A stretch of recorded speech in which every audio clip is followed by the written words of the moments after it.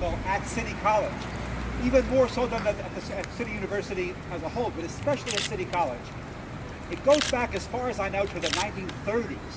That's before my time, but nevertheless, I heard about it. And there were student protests against the upcoming threat of another imperialist war. Then there was another series of protests in the 1940s. You remember that one of the earliest speakers said that the majority of the student population at City College then was not only male and not only white, but also majority Jewish. And there was a very anti-Semitic, anti-Jewish president of City College, and there was a student campaign against him. The next big student protest that I know about was probably the biggest of all, 1969, when the Black and Puerto Rican Student Collective organized to win open admissions, as was previously mentioned.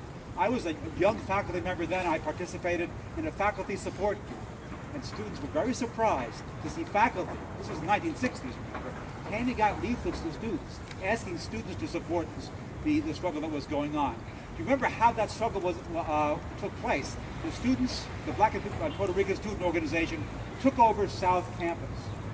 South Campus was a formerly women's college for Catholic women, and it conveniently had a wall around it to protect them. So when you have a wall around it, you've got a fort, and the students, in effect, defended the fort. That struggle won open admissions, was, as was pointed out, open admissions was effectively chipped away at, starting in 1975 when they imposed tuition. And there was a student struggle then, too. And then when tuition was going to be raised and fees were going to be raised, there was a series of other struggles in 1989, 91, 95. So there's a whole history of student struggles that you, as students at City College now, ought to know about and ought to continue.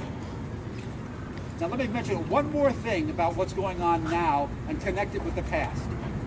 In the 1930s and 1940s, City College had a nickname. It was called the Proletarian Harvard.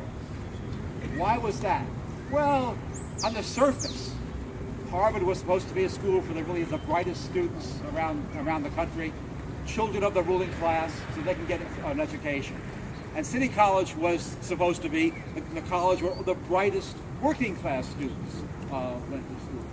But there was another side to it. It wasn't just a question of being a bright student. Harvard is the place where ruling class youth and upper middle class youth are trained to be part of the upcoming ruling class, trained to defend American capitalism against the working class and people who are protesting for their rights, trained to defend American imperialism against the rest of the world, which American imperialism is the dominant imperialist power. That's why the great hero of City College today is Colin Powell. Colin Powell began his life as a young black working class student in the Bronx, came to City College, and look what happened to him. He became chairman of the Joint Chiefs of Staff, was the National Security Advisor, then Secretary of State, a leading proponent of American imperialism.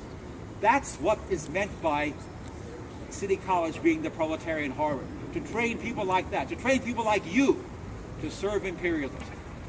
And that's what David Petraeus is about. That's what he knows. That's his expertise. And they're trying to get a bunch of elite students to become servants of American imperialism. American imperialism is not doing so well in the world these days, and they need your help.